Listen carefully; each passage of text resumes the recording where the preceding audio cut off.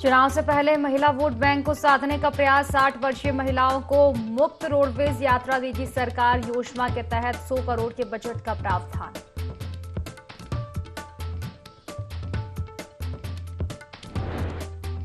FDI 2023 को लेकर योगी सरकार का बड़ा फैसला। एफडीआई पॉलिसी के तहत पहली लैंड सब्सिडी को दी मंजूरी। फ्रंट एंड भूमि सब्सिडी से संबंधित लेटर ऑफ अप्रूवल जारी।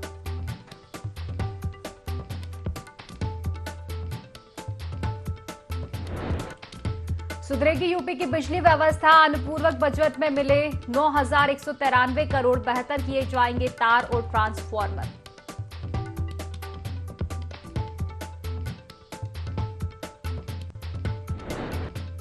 गाजियाबाद में डेंगू भी नहीं रोक पाया शादी। अस्पताल में दूल्हा दुल्हन शादी के बंधन में बंधे। डेंगू की वजह से अस्पताल में भर्ती था दूल्हा।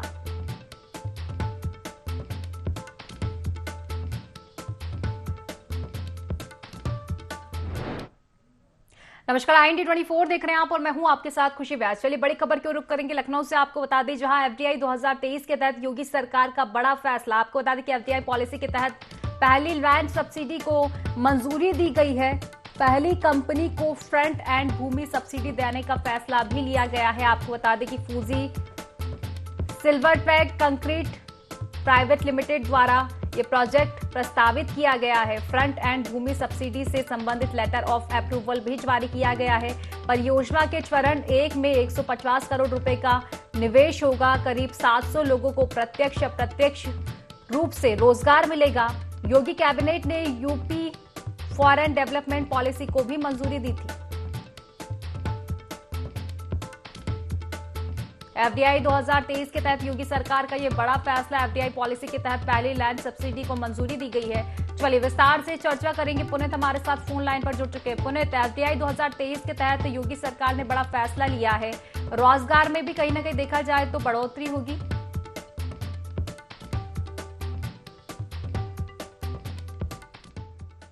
लैंड सब्सिडी को मंजूरी दी गई है।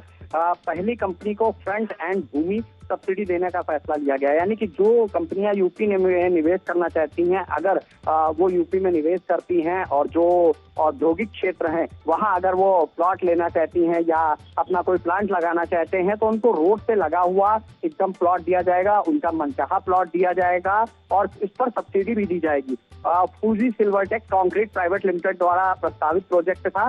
फ्रंट एंड भूमि सब्सिडी से संबंधित लेटर ऑफ अप्रूवल जारी कर दिया गया है और परियोजना के चरण में लगभग 150 करोड़ रुपए का निवेश होगा। करीब 700 लोगों को, जिस हिसाब से सरकार का प्लान है कि यहाँ पे रोजगार आए, यहाँ पर निवेश आए, अगर औद्योगिक घराने यहाँ पर इंडस्ट्री लगाते हैं तो 700 लोगों को प्रत्यक्ष अप्रत्यक्ष रूप से रोजगार मिलेगा। योगी कैबिनेट में यूपी फॉरेन डेवलपमेंट पॉलिसी को मंजूरी दी गई है। फॉरेनर जो है, जो फॉरेनर बिजनेसमैन है, अगर वो भी यूपी में इन्वेस्ट करना चाहते हैं तो उनके लिए एक अलग सब्सिडी का प्रावधान रखा गया है। पहले कई बार समस्या होती थी कि भौगोलिक दृष्टि से उत्तर प्रदेश की जो सड़कें हैं या उत्तर प्रदेश के जो रूट हैं वो कनेक्टिविटी नहीं थी, जिसके चलते जो औद्योगिक घराने थे उत्तर प्रदेश में निवेश करने से कहीं ना कहीं पीछे हटते थे। लेकिन योगी सरकार ने जिस तरीके से एक्सप्रेसवे बनवाए कई सारे और लिंक रोड का निर्माण जो इस अध्यादेश में बजट में पास किया है, उन लिंक रोड पर ही इन घरानों को औद्योगिक विकास क्षेत्र बताया जा रहा है ताकि इनकी जो कंपनियां हैं, फैक्ट्रियां हैं, यहाँ पर लगे और यहाँ के लोगों को ज्यादा से ज्यादा रोजगार मिले।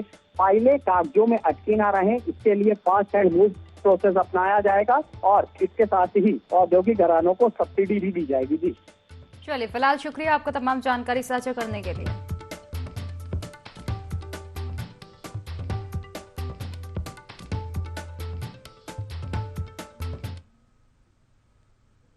चलिए वाराणसी अब से आपको खबर बता दें जहां ज्ञानवापी परिसर में एसआई सर्वे का मामला। एसआई की एप्लीकेशन पर आज सुनवाई होने वाली है। आपको बता दें कि मामले में दोपहर 2 बजे सुनवाई होगी। जिला जज की अदालत में मामले की सुनवाई होगी। एसआई ने कोर्ट से 3 हफ्ते का और समय मांगा था। 28 नवंबर को कोर्ट में स्टडी रिपोर्ट दाखिल करनी थी। पिछले सुनवाई में जिला कोर्ट ने एसआई को फटकार भी लगाई थी। बार बार समय बढ़ाने की मांग पर नाराजगी भी जताई थी। सर्वे की रिपोर्ट अभी भी तैयार नहीं हो सकी है। तो वाराणसी से ये खबर हम आप तक पहुंचा रहे हैं। ज्ञानवापी परिसर में एसआई सर्वे का मामला सामने आया है। एसआई की एप्लीकेशन पर आज सुनवाई होगी। आपको बता दें कि मामले में करीब दोपहर 2 बजे सुनवाई होनी है। जिला जज की अदालत में मामले की सुनवाई की जाएगी।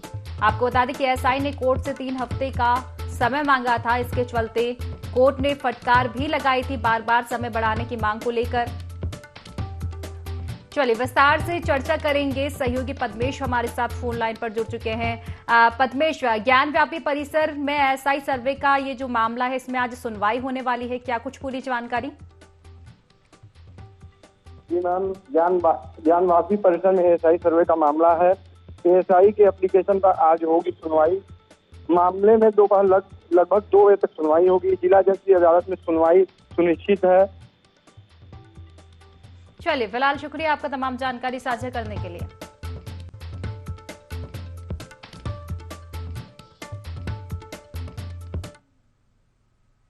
चलिए लखनऊ से आपको खबर बता दें, जहां बजट में आधी आबादी को साधने के लिए योजना 60 वर्ष से अधिक आयु की महिलाओं को अब तोहफा मिलने वाला है। आपको बता दें कि 60 वर्षीय महिलाओं को मुफ्त रोडवेज यात्रा सरकार देने वाली है। चुनाव से पहले महिला वोट बैंक को साधने का यह प्रयास। योजना के तहत 100 करोड़ के बजट का प्रावधान है। तो देखिए, चुनाव नजदीक है, अब महिला वर्ग को साधने की कवायद, और ऐसे में 60 वर्ष से अधिक आयु की महिलाओं को एक बड़ा तोहफा जो है सरकार देने वाली है। आपको बता दें कि 60 वर्षीय महिलाओं को मुफ्त रोडवेज यात्रा सरकार देगी। चुनाव से पहले कहीं ना कहीं ये काफी फायदेमंद हो सकता है। योजना के तहत 100 करोड़ के बजट का प्रावधान भी है।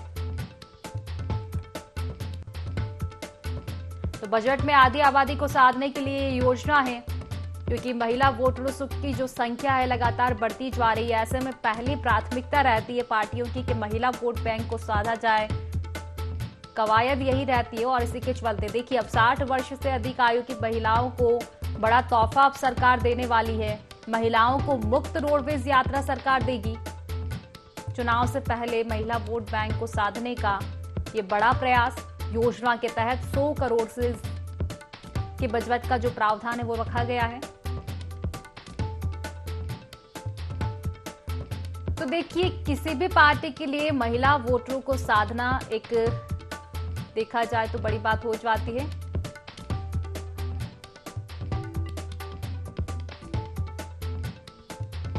महिला वोटरों को साधने का पूरा प्रयास है सरकार का। योजना के तहत 100 करोड़ के बजट का प्रावधान रखा गया है। आपको बता दें कि 60 वर्ष से अधिक आयु की महिलाओं को तोहफा मिलेगा। महिलाओं को मुफ्त रोडवेज यात्रा सरकार देने वाली है। चुनाव से पहले महिला वोट बैंक को साधने का प्रयास।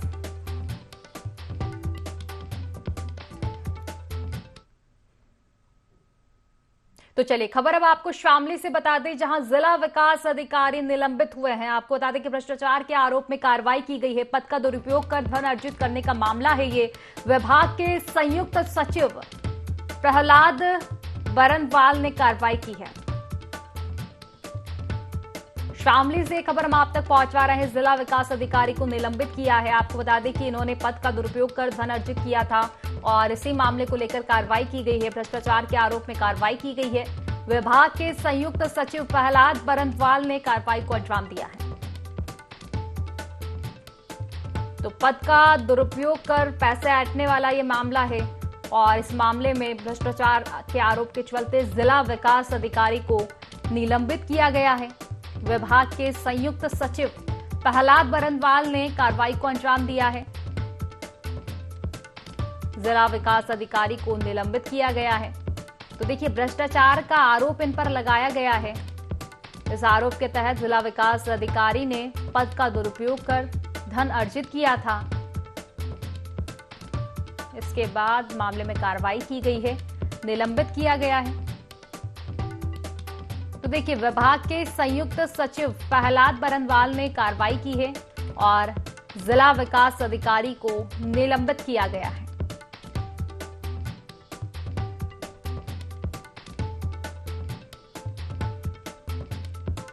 तो ये बड़ी कार्रवाई शामली से।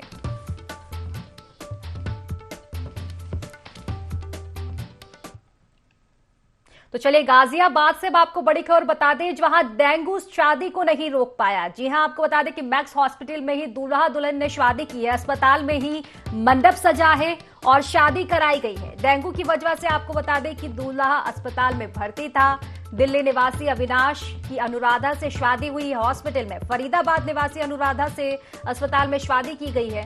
तो देखिए, डेंगू की वजह से दूल्हे को हॉस्पिटल में भर्ती कराया गया था और इस दौरान हॉस्पिटल में ही दूल्हा दुल्हन की शादी हुई है।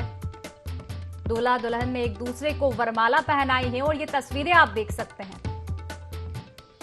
तो काफी अनोखा ये मामला सामने आ रहा है गाजियाबाद से, जहां पर हॉस्पिटल में दूल्हा दुल्हन ने शादी की है। डेंगू के चलते आपको बता दें कि दूल्हा जो है हॉस्पिटल में भर्ती था और इस दौरान दूल्हा दुल्हन की हॉस्पिटल में ही शादी हुई है। तस्वीरें आप देख सकते हैं। वरमाला जो है दूल्हा दुल्हन ने एक दूसरे को पहनाई है। तो देखिए, डेंगू का प्रकोप जो है लगातार बढ़ता जा रहा है। इन दिनों डेंगू लगातार पैर पसार रहा है और इसी के चलते आपको बता दें कि दूल्हे को डेंगू हो गया था। इसकी वजह से उसे अस्पताल में भर्ती कराया गया, लेकिन मुहूर्त की वजह से शादी अस्पताल में ही हुई है। चलिए खबरों में आगे बढ़ेंगे। लखनऊ से आपको खबर बता दें, जहां सीएम योगी आदित्यनाथ ने अफसरों को फटकार लगाई है। आपको बता दें कि एयरपोर्ट जाते समय रास्ते में बत्ती गुल देख नाराज हुए सीएम और अहिमा मऊ में सड़क पर अंधेरा देखकर सीएम योगी नाराज हो गए। कमिश्नर, डीएम, एलडीए, वीसी, नगर आयुक्त अहिमा मऊ पहुंचे। कमिश्नर रोशन जैकब और डीएम सूर्यपाल गंगवार भी पहुंचे, जहां एलडीए, वीसी इंद्राणी त्रिपाठी, नगर आयुक्त भी मौके पर पहुंचे हैं। तो सीएम ने क्लास लगाई है। आधी रात जो है अफसर भागते हुए नजर आए हैं। लखनऊ से खबर, जहां सीएम योगी आदित्यनाथ ने अफसरों को फटकार लगाई है। एयरपोर्ट जाते समय आपको बता दें कि रास्ते में उन्होंने बत्ती को गुल देखा।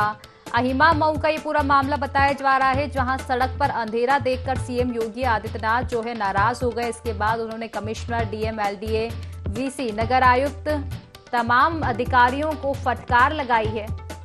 इस दौरान अधिकारी भी मौके पर पहुंचे।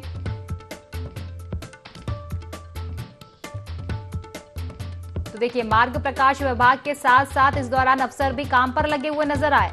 सीएम ने क्लास लगाई अधिकारियों की। आधी रात जो है अफसर भागते हुए नजर आए हैं।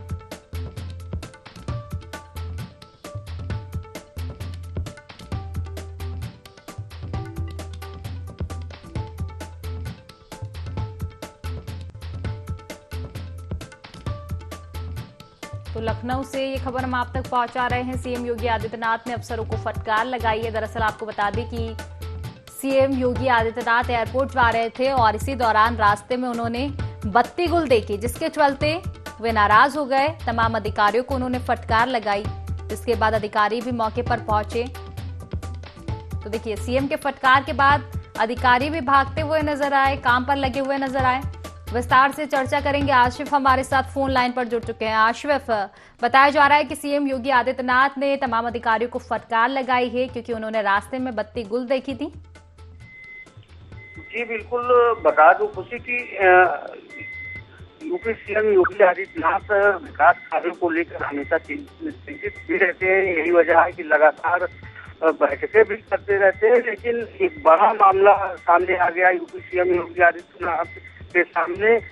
कल यूपी सीएम एयरपोर्ट जा रहे थे, रास्ते में बिजली नहीं थी, जिसको देखते हुए जो है यूपी सीएम योगी आदित्यनाथ बबूला हो गए और कमिश्नर रोशन जैकब और डीएम प्रकाश गंगवार भी जब गुस्सा हुए तो यूपी सीएम ने फटकार लगाई। तब डीएम और कमिश्नर मौके पर पहुंचे और एलडीए, वीसी इंद्राणी त्रिपाठी भी मौके पर पहुंचे और मार्ग पर जो लाइट की व्यवस्था है उसे सुचारू ढंग से चलाने के लिए निर्देश भी दिया गया। तो कुल मिलाकर यह कहा जा सकता है कि सीएम ने आधी रात जो है क्लास लगाई तो अफसर भागते हुए नजर आए। कहीं ना कहीं यह भी देखा जाता है कि चाहे बीसी हो या फिर कमिश्नर या फिर डीएम सूर्य प्रकाश गंगवार या शासन के निर्देशों का पालन नहीं करते हैं और एक तरह से यूपी सीएम का रियलिटी चेक भी हो गया, क्योंकि वह एयरपोर्ट जा रहे थे देर रात और बिजली कटौती को देखकर वह गुस्सा हुए थे। जी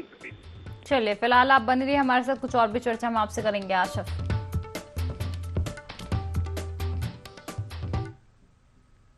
चलिए लखनऊ से आपको खबर बता दें, जहां लोकसभा चुनाव से पहले बसपा की बड़ी बैठक है। आपको बता दें कि बसपा अध्यक्ष मायावती ने आज बड़ी बैठक बुलाई है। आगामी लोकसभा चुनाव को लेकर बैठक करेंगे। यूपी उत्तराखंड के सभी पदाधिकारियों को इस बैठक में बुलाया गया है। चुनाव की तैयारी, उम्मीदवारों के चयन पर इस बैठक में चर्चा की जाएगी। बाबा साहेब की पुण्यतिथि को लेकर दिशा निर्देश भी दिए जाएंगे। आज 12 बजे बसपा कार्यालय पर यह अहम बैठक होनी है। चलिए विस्तार से चर्चा करेंगे, आशिफ हमारे साथ लगातार बने हुए हैं। आशिफ, लोकसभा चुनाव से पहले बड़ी बैठक होने वाली है बसपा की, क्या कुछ जानकारी? जी बिल्कुल खुशी, बता दूं कि आज बसपा सुप्रीमो मायावती उत्तराखंड और यूपी के जो कैडर नेता हैं, पदाधिकारियों, साथ ही साथ जो सभी जिलों के जिलाध्यक्ष हैं, उनके साथ एक अहम बैठक करेंगी। और यह बैठक मानी जा रही है कि लोकसभा चुनाव में चुनावी धार देने के लिए यह बैठक आयोजित की गई है। क्योंकि अगर गौर करें पिछले लोकसभा और विधानसभा चुनाव पर, तो विधानसभा में सिर्फ एक ही सीट जो है बसपा के खाते में गई थी। और अन्य जो यूपी की बात करें तो 75 जिलों में जो है बसपा को बुरी हार का सामना करना पड़ा था। और ठीक इसी तरह लोकसभा चुनाव में भी बहुत सारी सीटों पर बसपा को हार का सामना करना पड़ा था। लेकिन इन सब के बीच जो लोकसभा चुनाव आने वाला है 2024 का, इसको लेकर यूपी की पूर्व मुख्यमंत्री मायावती अब बैठक कर रही हैं। हालांकि जो जानकारों का यह भी कहना है कि बसपा सुप्रीमो मायावती फील्ड में नहीं एक्टिव रहती, उनके कार्यकर्ता भी नहीं एक्टिव रहते। यही वजह है कि उनको चुनावी हार का सामना करना पड़ता। हालांकि अब बसपा ने अपने जो कैडर नेता हैं उनको फील्ड में उतार दिया है। लोगों को जागरूक करने के लिए अब जो है उनके कैडर नेता भी दौड़ भाग कर रहे हैं। और जो इनका बेस वोटर है, एससी वोटर, दलित वोटर, उनको रिझाने के लिए भी जो है कसरत शुरू कर दी है। फिलहाल अब देखना यह होगा कि लोकसभा का जो चुनाव है उसमें बसपा सुप्रीमो मायावती को कितनी सफलता हासिल मिलती है। और क्या यह भी कयास लगाया जा रहा है कि आने वाले लोकसभा चुनाव में बसपा का किसी न किसी पार्टी से गठबंधन होगा, तभी जाकर इनकी चुनावी नैया पार लगेगी। नहीं तो जो आंकड़े पिछले हैं वही आंकड़े दोहराए जा सकते हैं। और इसी जीत के लिए बसपा सुप्रीमो आज एक अहम बैठक करेंगे। और जो पदाधिकारी हैं, जो कैडर नेता, जा सकता है तमाम चुनावी तैयारियों को लेकर ये बड़ी बैठक रहेगी। फिलहाल शुक्रिया आपका तमाम जानकारी साझा करने के लिए।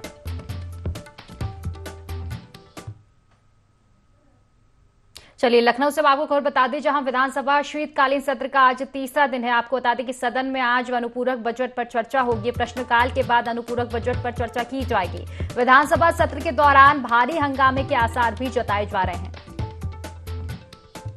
तो यूपी विधानसभा का शीतकालीन सत्र शुरू हो चुका है और आपको बता दें कि सत्र का आज तीसरा दिन है। सत्ता पक्ष विपक्ष आमने सामने हैं। सवालों जवाबों का जो दौर है लगातार जारी है। सदन में आज अनुपूरक बजट पर चर्चा होगी। प्रश्नकाल के बाद अनुपूरक बजट पर चर्चा होने वाली है और इस दौरान हंगामे के आसार भी जताए जा रहे हैं।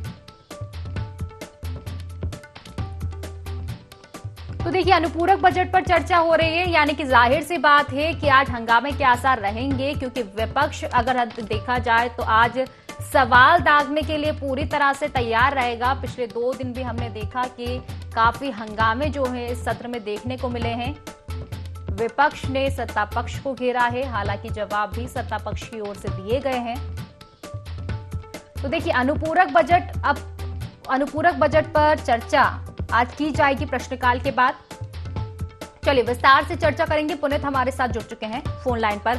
पुनीत, आज तीसरा दिन है शीतकालीन सत्र का। पिछले 2 दिन में हमने देखा कि काफी हंगामेदार ये सत्र रहा था, लेकिन आज हंगामे के ज्यादा असर, क्योंकि अनुपूरक बजट पर आज चर्चा होगी। सत्ता पक्ष विपक्ष आमने सामने। जी बिल्कुल, योगी सरकार शीतकालीन सत्र में अनुपूरक बजट लेकर के आई है और कई विभागों को विकास कार्यों के लिए बजट अलॉट किया गया है। कई मदों में पैसा दिया गया है, लेकिन विपक्ष सवाल खड़े कर रहा है। विपक्ष का कहना है कि हाई फिगर दिखा करके योगी सरकार बजट तो देती है, जनता को लुभावने वादे करती है, जनता को ये दिखाती है कि हमने बहुत हैवी बजट दिया है प्रदेश के विकास के लिए, लेकिन उस बजट का 20 से 30% ही विभाग खर्च कर पाते हैं। पॉलिसी सही नहीं है। बजट कई मदों में जाता है, जिसको लेकर के तमाम तरीके की समस्याएं होती है, तमाम तरीके की रुकावटें होती है, और ऐसे ही करते ये जो पंचवर्षीय साल है ये समाप्त हो जाता है, और ये जो वित्त वर्ष है ये समाप्त हो जाता है, फिर नया वित्त वर्ष आता है, फिर नया बजट अलॉट होता है, फिर फिगर में खेल होता है। आज उसी पर चर्चा होगी। योगी सरकार ने औद्योगिक विकास को एक बड़ा बजट दिया है, प्रदेश की स्वास्थ्य व्यवस्थाओं को बेहतर करने के लिए एक बड़ा बजट दिया है, इसके साथ ही तीर्थ स्थलों में कॉरिडोर, मंदिरों के निर्माण के लिए बड़ा बजट दिया है। लेकिन विपक्ष आरोप लगा रहा है कि खास हो जाती है कि जिस तरह से विपक्ष के मुद्दे इस बार रहे हैं, क्या कुछ उनके मुद्दे रहे हैं और क्या बजट उनके अनुरूप रहा है? देखिए, विपक्ष का जो सबसे बड़ा आरोप है सत्ता पक्ष पर वो ये है कि बजट का फिगर काफी बड़ा है, लेकिन बजट का 20 से 30% ही विभाग खर्च कर पाते हैं, क्योंकि ऐसे में जो विभाग के प्रमुख सचिव होते हैं, जो अन्य अधिकारी होते हैं, वो पॉलिसीज ऐसी बनाते हैं कि बजट का पूरा पैसा ही खर्च नहीं हो पाता। जब बजट का पैसा ही नहीं खर्च हो पाएगा तो उस विभाग में कैसे विकास होगा, प्रदेश का विकास कैसे होगा, इसको लेकर के आज चर्चा होनी है। और आज जो माहौल होगा वो काफी गहमा गहमी भरा होगा, क्योंकि विपक्ष सीधे तौर पर सत्ता पक्ष से सवाल पूछेगा और कहीं ना कहीं जो पिछले वित्तीय वर्ष के आंकड़े थे उनको भी रखेगा कि इस विभाग को इतना बजट दिया गया था लेकिन इतना ही बजट खर्च कर पाई है। पीडब्ल्यूडी सबसे ज्यादा निशाने पर है, क्योंकि अभी हाल ही में जब वित्त वर्ष की समाप्ति हुई थी तो लगभग 9,000 करोड़ रुपए के आसपास के जो पैसे थे जो विकास के लिए आवंटित हुए थे उसे लौटाया गया था। अब ऐसे में कहीं ना कहीं विपक्ष आज सवाल पूछेगा और सत्ता पक्ष को उन सवालों का जवाब कहा जा सकता है। हंगामेदार आज का दिन रहने वाला है, सवाल जवाबों का दौर लगातार देखने को मिलेगा। फिलहाल शुक्रिया आपका तमाम जानकारी साझा करने के लिए।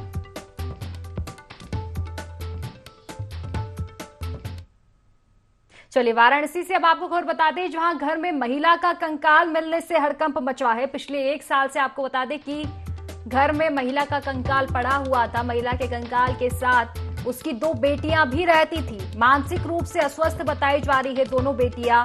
8 दिसंबर 2022 को महिला की बीमारी से मौत हुई थी। रिश्तेदारों की सूचना पर मौके पर पुलिस पहुंची। पुलिस को देखकर कंकाल से लिपटकर बेटियां रोने लगी। पुलिस ने महिला के कंकाल को पोस्टमार्टम के लिए भेज दिया है। लंका क्षेत्र के घाट का ये पूरा मामला।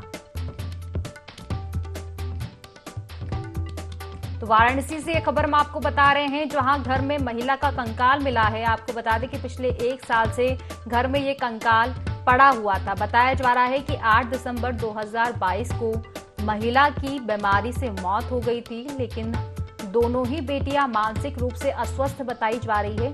दोनों बेटियां इस कंकाल के साथ रहती थी।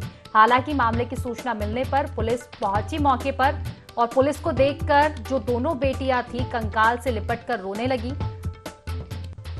तो फिलहाल पुलिस ने महिला के कंकाल को पोस्टमार्टम के लिए भेज दिया है। वाराणसी के लंका क्षेत्र में घाट का ये पूरा मामला है।